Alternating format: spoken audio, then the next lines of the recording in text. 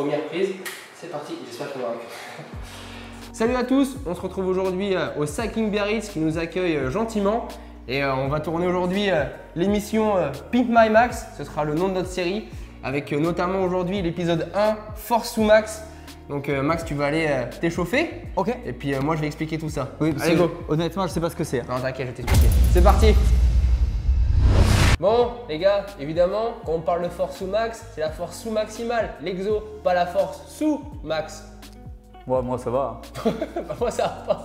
Bon, fini les conneries, on va revenir à l'essentiel. Premièrement, on va voir à quoi consiste la force et à quoi ça sert. La force sous max et à quoi ça sert.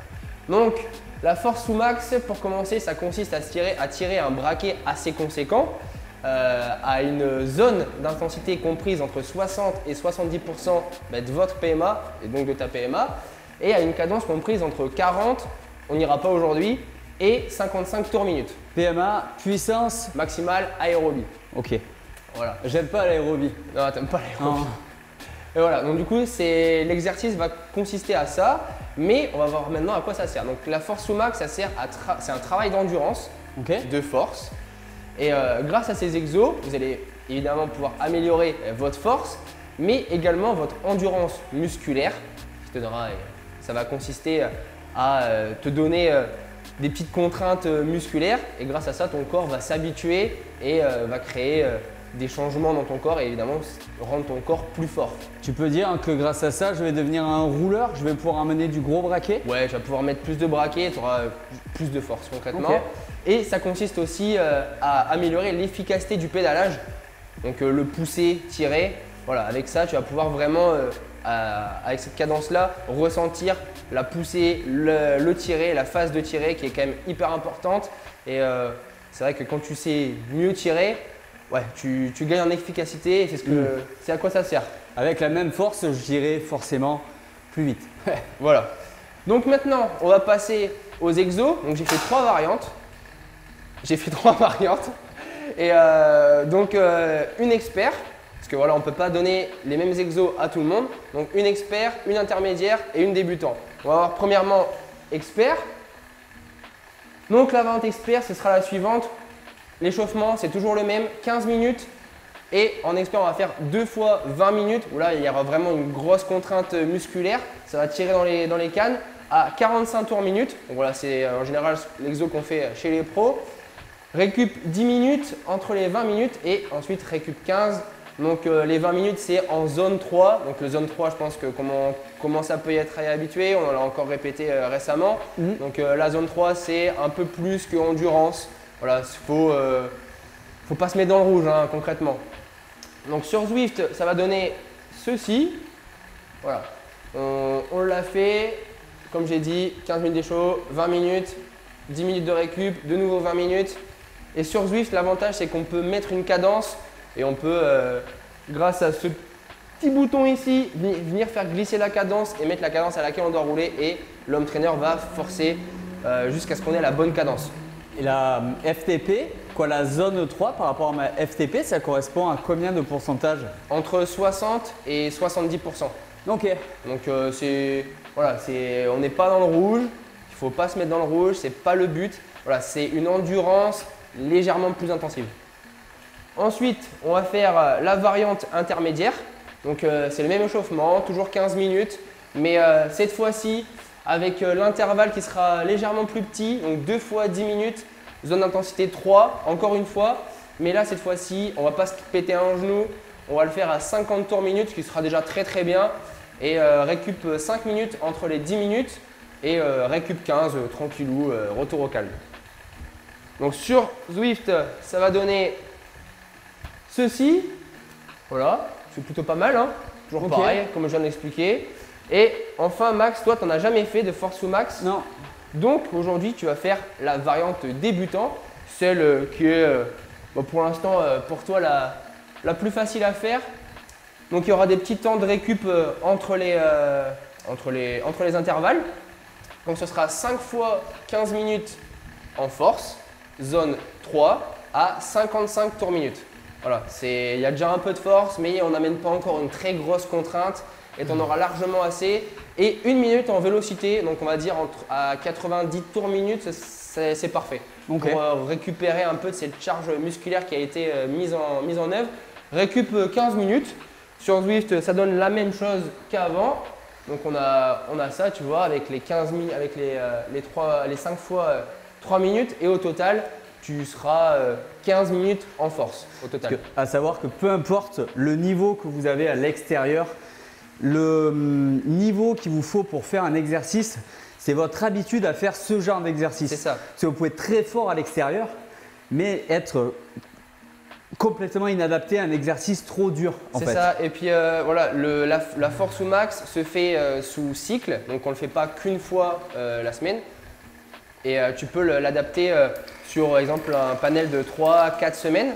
Mais voilà, si par exemple là tu démarres aujourd'hui la formule débutant, tu vas commencer à 55 tours. Dans une semaine, tu pourras faire 50 tours, rester une autre semaine à 50 tours et la 4e semaine passer à 45 tours. Voilà, c'est le temps d'habituer, de ne pas se faire mal aux genoux. Il ne faut pas tout de suite mettre du gros braquet et se péter les genoux à 40 tours minute parce qu'honnêtement, ça amène d'autres contraintes. Tu peux avoir mal aux genoux, vous pouvez avoir mal aux genoux, sous les pieds, voilà, même au niveau des tendons, c'est pas la folie. Donc Max, on va mettre ça en œuvre. Allez, c'est parti. Bon, c'est bon, je suis chaud. T'es en train de t'échauffer encore là, t'as fini? Ouais, j'ai fini. T'es prêt? Donc là, t'es genre là. Ok. Fin de l'échauffement en zone 1. On va commencer du coup les os de force sous max zone 3. Donc pour moi, ça correspond à 3 minutes à 220 watts, 1 minute à 145 watts et ça 5 fois. 5 fois. Ok. À 55 tours minute. À 55 tours minute. Bah bon, ok. je te l'ai mis donc ça va aller. Bon, ok. On démarre? Donc là, j'ai plus qu'à suivre l'écran, c'est ça? Oui, bah t'as mis dans Zwift, t'as enregistré. Force au max pour débutants. Allez. Parfait, let's go. On est parti. C'est parti. T'es chaud? Tutto bene. Bon, c'est parti? Ouais, mais c'est propre là. Je vais un peu trop vite pour l'instant. Ouais, remets un petit peu de braquet. Faut que tu restes vraiment à 55. Reduce power. Ah, c'est pas évident parce que c'est pas évident. Il faut l'entraîner quand même. Pas mettre trop de force. Ah mais non. Là, tu as 45, essaie de remettre un peu de cadence. Ouais. Si on veut que ça marche, il faut le respecter. Ah oui, il faut. Hein. Remets un petit peu. T'as vu, c'est pas facile. Hein. J'ai l'impression d'être anctile dans le tourmalet. Avec un braquet de… Essayez de rester bien gainé. Essayez de rester bien gainé, c'est important. Faut vraiment que tu essayes d'utiliser que tes cuisses. Et il ne faut pas que tu tires sur tes bras. Il faut que tu restes vraiment gainé et très… voilà, faut que tu sentes le cycle de pédalage, la pousser, la tirer. Voilà, là c'est pas mal. Tu étais dans une bonne dynamique. Ah, tu vois, après on n'est pas à 5 watts près. Hein. Si tu es à 225, 230, c'est pas non plus très très grave. Hein. Moi je roule pas souvent comme ça à l'extérieur. Hein. Ah non, mais il faut. Tu vas voir. T'as un ressenti déjà un peu là? Ouais, c'est dur. C'est dur. C'est dur parce que du coup… C'est trop dur. Le braquet est dur, j'ai envie de mettre des watts pour améliorer ma cadence. Il faut pas. Mais j'ai pas le droit. Donc en gros, juste je prends mon mal en patience quoi. 52 tours minute, c'est très bien. Voilà. Après voilà, c'est pas non plus à deux tours de cadence près. Si il faut rester toujours à 55, c'est l'idéal. Après, si tu es à 53, il n'y a pas mort d'homme. Ça fait claquer les dents. Hein. J'espère que tu grinces pas les dents comme ça quand tu dors. Hein. Ah, j'ai pas assez de cadence. Frustrant. Bon, ok. C'est pas si mal. En vrai, je trouve que tu t'en sors plutôt bien. Je sens que quand même ça force. Ah bah, évidemment. Là, voilà, il te reste… y compris sous les fesses.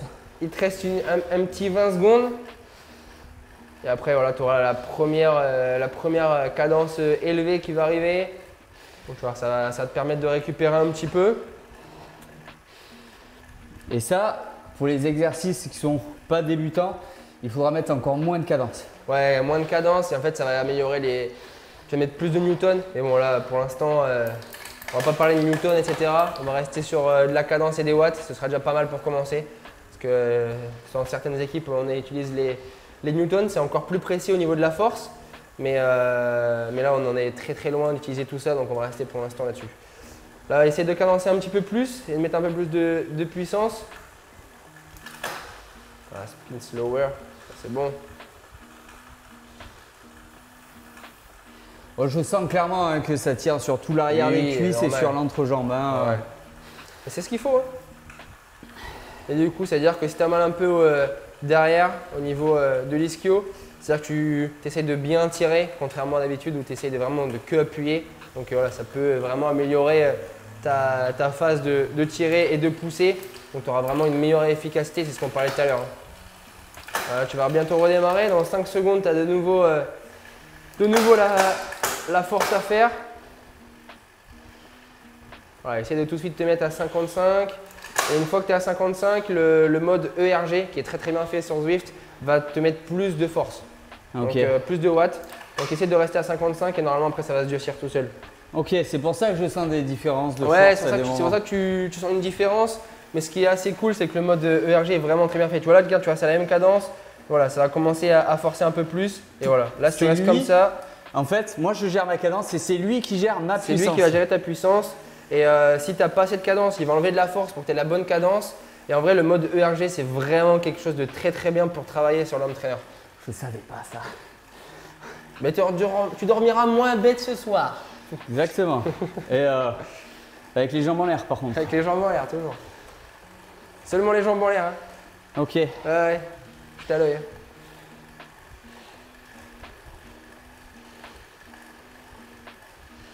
Donc là, 3 minutes. Ouais, je pense que j'ai pas l'habitude de forcer dans ce sens. Non, mais c'est dur. Hein. Ça risque de faire un peu mal. 50 minutes l'entraînement. Ouais, au total, il dure 50 minutes. Ouais.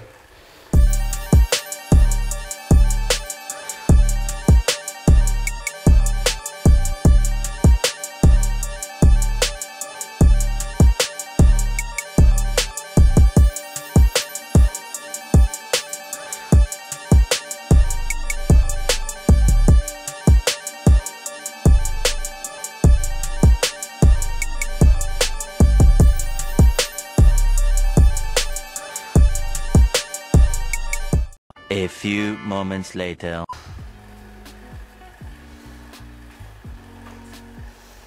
Bon, t'as fini? Parfait. Bon, Max, il arrive maintenant en récup sur tes 15 minutes. Ton premier ressenti? Premier ressenti, bon, clairement, j'ai pas l'habitude de travailler autant en force, clairement. Et je suis bien content d'avoir été à 55 de cadence parce que clairement par rapport à la puissance demandée c'était 220 watts. Si j'avais été avec moins de cadence encore, ça aurait été très dur et clairement j'aurais pu me claquer un ischio. Non mais c'est vrai, hein, j'ai pas du tout l'habitude de forcer comme ça. C'est pour ça que je dis justement de respecter la cadence que je donne.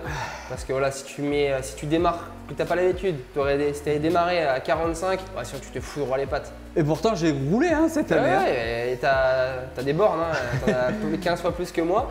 Mais voilà, c'est le fait d'apprendre à tirer, à pousser, à mettre de la force. Voilà, c'est vraiment une très grosse contrainte que vous apportez à votre corps. Mais c'est ce qui fait que, comme je l'ai déjà répété depuis tout à l'heure, l'efficacité de pédalage va être énorme.